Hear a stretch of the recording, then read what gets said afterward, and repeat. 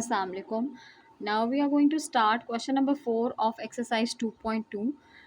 The question is find unknowns appeared in the question 2 in the following parts. ठीक है, जो question number 2 में हमने ऑलरेडी किया था उसमें कहा गया है कि अब जो क्वेश्चन नंबर 2 में जो अननोन वेरिएबल था उसकी वैल्यू फाइंड करनी है. ठीक है, तो अगर आप क्वेश्चन नंबर 2 के पार्ट्स देखो तो फर्स्ट 2 पार्ट में कोई भी अननोन वेरिएबल ही नहीं है, तो इसका इसलिए वो तो हम फाइंड नहीं कर सकते. फिर जब थर्ड पार्ट हमने देखा तो उसमें अननोन वेरिएबल था एक्स, तो हम एक्स की वैल्यू फाइंड करेंगे. ठीक है, अब जब भी हमने अननोन वेरिएबल फाइंड करना है तो हमेशा आपका जो क्वेश्चन है वो एक्सपोनेंट फॉर्म में होना चाहिए, वो हमारे लिए ईजी हो जाता है. ठीक है, तो इसको एक्सपोनेंट फॉर्म में चेंज करने के लिए अगेन वही सेम प्रोसीजर है जो हम प्रीवियस क्वेश्चन में कर चुके हैं. बेस को हम इज इक्वल टू के बाद वाले नंबर से कनेक्ट कर देंगे तो हमारे पास 5 की पावर क्या आ जाएगी 5. वो किसके इक्वल हो जाएगा एक्स के इक्वल हो जाएगा, और हम सिंपली 5 की पावर 5 ले लेंगे तो हमारे पास एक्स की वैल्यू आ जाएगी, और वो हम with the help of calculator ले सकते हैं. मैंने आपको आगे भी बताया और वो कैसे लेंगे.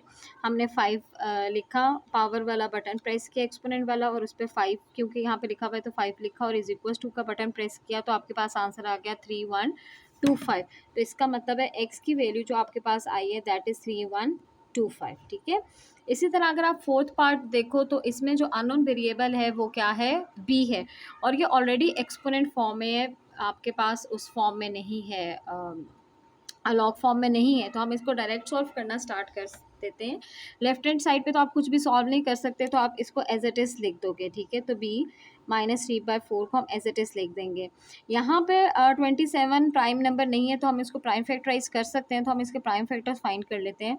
अगर हम 27 के प्राइम फैक्टर्स फाइंड करें तो 27 doesn't come on the table of 2, ये टेबल ऑफ 3 पे आता है. तो 3 9 time is 27, 3 3 time is 9 and 3 1 time is 3. तो इसको इंडेक्स नोटेशन में अगर हम लिखें तो 3 की पावर क्या आ जाएगी 3.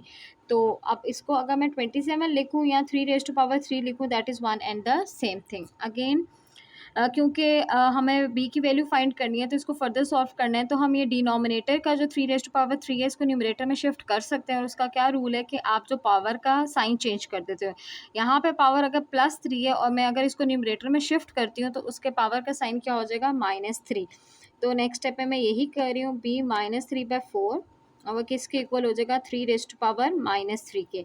अगर आप दोनों साइड्स को कंपेयर करो और गौर से उसको देखो तो दोनों साइड पे एक चीज़ आपको कॉमन नज़र आ रही होगी, जो इसमें पावर 3 है -3 है, वो दोनों साइड पे सेम है. तो हम -3 को सेपरेट कर देते हैं और फिर हम उसको ईजिली कैंसिल आउट कर सकते हैं. तो बी की पावर में से मैं 1/4 को सेपरेट करती हूँ और -3 को सेपरेट करती हूँ. इसी तरह यहाँ पे तो ऑलरेडी एक ही पावर है. ठीक है, अब डॉट का मतलब साइन ऑफ मल्टीप्लिकेशन होता है, आप इसको बेशक डॉट कर दो या मल्टीप्लिकेशन का साइन कर लो that is one and the same thing. तो मैं इसको ब्रैकेट फॉर्म में भी लिख सकती हूँ, वो आप लिख लोगे तो आपको शायद और इजी लगे, या आप वो स्टेप स्किप करना चाहते हो तो भी एक ही बात है कि बी की पावर 1/4 और उसकी पावर -3. अब दोनों साइड पे पावर सेम है तो कैंसिल आउट हो सकती है, जिससे हमने प्रीवियस पार्ट में किया था. तो -3 से कट गया और आपके पास जो सिर्फ बचा that is b raise to power 1/4 is equals to 3. अब मुझे वैल्यू सिर्फ बी की फाइंड करनी है, उसके ऊपर जो पावर 1/4 है वो एक्स्ट्रा है. ठीक है, तो 4 डिनोमिनेटर में है, उसको ख़त्म करने के लिए I will multiply 4 in the power on both sides. क्यों मैंने मल्टीप्लाई करने पावर में 4, क्योंकि मुझे ये 4 को एलिमिनेट करना है. ठीक है, तो उसके लिए मैं 4 को दोनों साइड में पावर पे क्या कर दूंगी मल्टीप्लाई कर दूंगी. ठीक है, ये 4 से कट गया और यहाँ पे सिर्फ क्या बच गया 1. तो किसी भी चीज़ की पावर अगर 1 हो वो आप लिखो या ना लिखो वो एक ही बात है. तो मैं नहीं देख रही है बी ही आ गया, बी रेज़ टू पावर 1 बचा था तो बी लिख दिया, बी रेज़ टू पावर 1 लिखोगे तो भी एक ही बात है.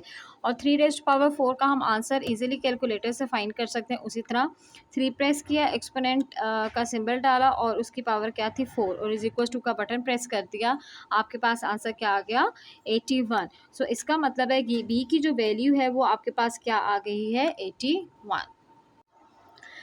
नाउ द फिफ्थ पार्ट में आपको अननोन वेरिएबल फाइंड करना है और इसमें अननोन वेरिएबल एक्स है. अगर इस पार्ट को आप गौर से देखो तो जो अननोन वेरिएबल आपने फाइंड करना है एक्स वो आपकी पावर में है. और ये चीज़ मैं आपको ऑलरेडी बता चुकी हूँ कि जब भी वैल्यू जो जिस चीज़ की फाइंड करनी हो और वो पावर में आ जाए तो उसके लिए ज़रूरी होता है कि दोनों साइड की बेसिस सेम हो.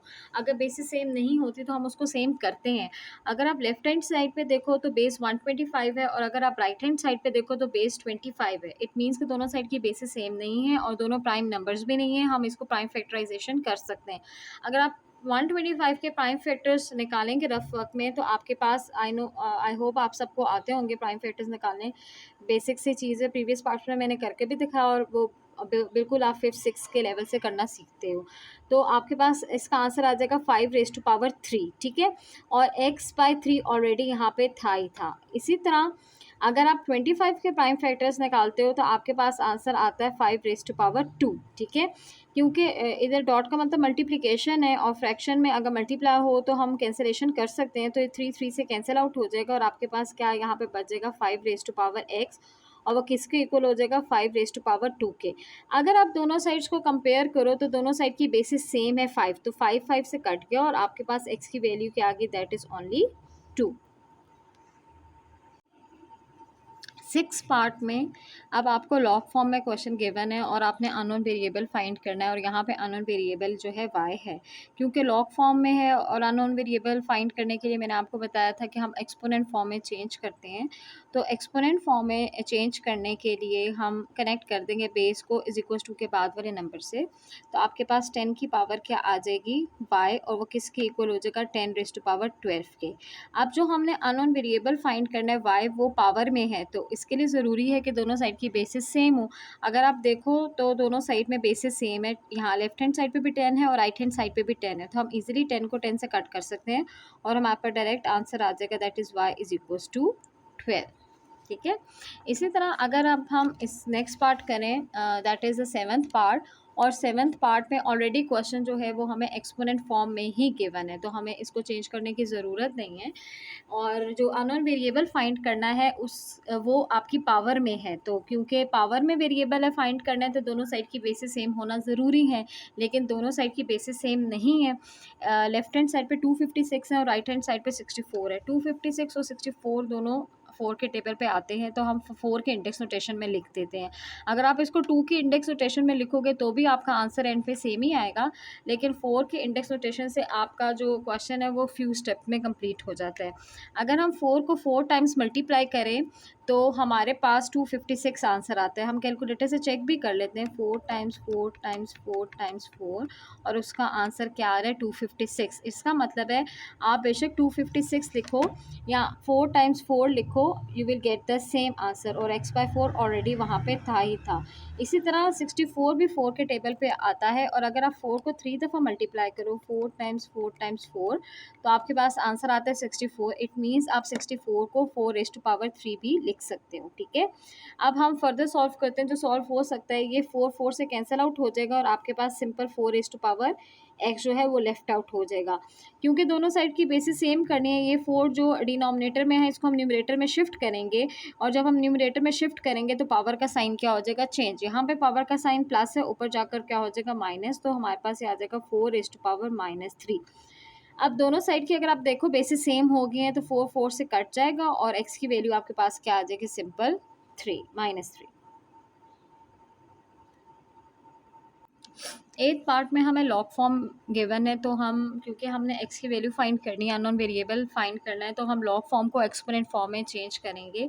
तो एक्सपोनेंट फॉर्म में चेंज करना अब आप सबको आता होगा। हम बेस को =2 के बाद वाले नंबर से कनेक्ट कर देंगे, तो आपके पास वैल्यू क्या आ जाएगी 3⁻2, वो किसके इक्वल हो जाएगा x³ + 1 के। अब हम आगे फर्दर सिंप्लीफाई करेंगे, 3 का स्क्वायर क्या होता है 9, और वो किसके इक्वल हो गया x³ + 1। क्योंकि हमें x की वैल्यू फाइंड करनी है तो x के साथ जितनी भी चीज़ें एक्स्ट्रा हम उसको अदर साइड पे शिफ्ट कर देंगे। यहाँ पे +1 है, वहाँ पे जाके क्या हो जाएगा -1, तो आपके पास 9 - 1 = x³ आ गया, और 9 - 1 की वैल्यू होती है 8, तो x³ किसके इक्वल हो गया, 8 के इक्वल हो गया। क्योंकि हमें x की वैल्यू फाइंड करनी है और x के ऊपर क्यूब एक्स्ट्रा है, और क्यूब को एलिमिनेट करने के लिए हम क्यूब रूट लेते हैं, so we will take cube root on both sides. अब आप क्यूब रूट बेशक मैनुअली ले लें या with the help of calculator ले लें, ये क्यूब से रूट से कट गया और आपके पास सिंपल बच गया x, और क्यूब रूट मैं आपको कैलकुलेटर से लेना भी जो है वो सिखा देती हूँ। सिंपल आपके कैलकुलेटर में ऑप्शन होती है, शिफ्ट प्रेस किया, स्क्वायर रूट वाला बटन प्रेस किया तो क्यूब रूट आ गया, और उसके आप अंदर 8 लिखेंगे और = प्लस प्रेस करेंगे तो आपके पास आंसर क्या आ गया 2। इसका मतलब है क्यूब रूट ऑफ 8 इज़ 2, तो आप डायरेक्ट आंसर 2 लेते हैं, और मैंने जैसा प्रीवियस वीडियो में बताया था कि जब हम स्क्वायर रूट लेते हैं तो उसके साथ प्लस माइनस का साइन लगाते हैं, लेकिन जब हम क्यूब रूट लेते हैं तो उसके साथ प्लस माइनस का साइन नहीं लगाते, क्योंकि जब हम किसी भी नंबर का क्यूब लेते हैं तो माइनस साइन क्यूब से इफेक्ट नहीं होता। -2 का क्यूब भी -8 होगा, और -2 का जो है 2 का क्यूब जो है वो 8 होता है, मतलब उसका कोई इफेक्ट नहीं होता। लाइक अगर आप -2 का क्यूब ले रहे हो तो उसका आंसर -8 होता है, और अगर आप 2 का क्यूब ले रहे हो तो उसका आंसर 8 होगा। मतलब क्यूब से साइन पे कोई इफेक्ट नहीं हो रहा, लेकिन जब आप किसी भी नंबर का स्क्वायर लेते हो तो साइन पे इफेक्ट होता है, तो इसलिए हम उसके साथ प्लस माइनस का साइन लगाते हैं। लेकिन जब आप क्यूब रूट लेते हो तो उसके साथ प्लस माइनस का साइन नहीं लगाते। अगेन 9th पार्ट में हमें अननोन वेरिएबल फाइंड करना है। यहाँ पे अननोन वेरिएबल x है, क्योंकि लॉग फॉर्म में गिवन है तो इसको हम एक्सपोनेंट फॉर्म में चेंज करेंगे। वही तरीका है, हम बेस को इज इक्वल टू के बाद वाले नंबर से कनेक्ट कर देंगे, तो 5 की पावर 1 आ गया, और वो किसके इक्वल हो गया, 2x - 3 के। 5 की पावर 1 अगर आप लेते हो तो आंसर 5 ही आता है, और यहाँ पे x के साथ जितनी भी चीज़ें एक्स्ट्रा है उसको हम टर्न बाय टर्न शिफ्ट करेंगे। यहाँ पे -3 है, वहाँ पे जाके क्या हो जाएगा, +3। तो 5 + 3 इज इक्वल टू क्या आ गया, 2x। और 5 + 3 का आंसर क्या होता है, 8 इज इक्वल टू 2x, और x के साथ 2 एक्स्ट्रा यहाँ पे मल्टीप्लाई हो रहा है, उधर जाके क्या हो जाएगा, डिवाइड। तो 8/2 इज इक्वल टू x आ गया, और 8 को जब आप 2 से डिवाइड करोगे तो आपके पास आंसर क्या आ गया, 4। 4 इज इक्वल टू x लिखो, या x इज इक्वल टू 4 लिखो, that is one and the same thing. ठीक है, इसी तरह आपका 10th पार्ट है, और 10th पार्ट में ऑलरेडी आपका जो क्वेश्चन गिवन पार्ट गिवन है वो एक्सपोनेंट में गिवन है, तो उसको हमें चेंज करने की ज़रूरत ही नहीं है, ऑलरेडी चेंज हुआ हुआ है। हम सिंप्लीफाई करना शुरू कर देंगे। तो 2x + 1 को तो पहले हम इसी तरह लिख देते हैं, और 2 की पावर क्यूब ले लेते हैं। 2 की पावर क्यूब आपके पास 8 आता है, 2 × 2 = 4, 4 × 2 = 8। ठीक है, अब यहाँ पे 8 + 1 एक्स्ट्रा है, हम इसको अदर साइड पे शिफ्ट करेंगे। यहाँ पे +1 है, उधर जाकर -1 हो जाएगा, तो 8 - 1 का आंसर हमारे पास क्या आता है, दैट इज 7। ठीक है, अब x के साथ 2 एक्स्ट्रा यहाँ पे मल्टीप्लाई हो रहा है, उधर जाकर क्या हो जाएगा, डिवाइड हो जाएगा, तो x की वैल्यू आपके पास आ गई 7/2। Thanks for watching.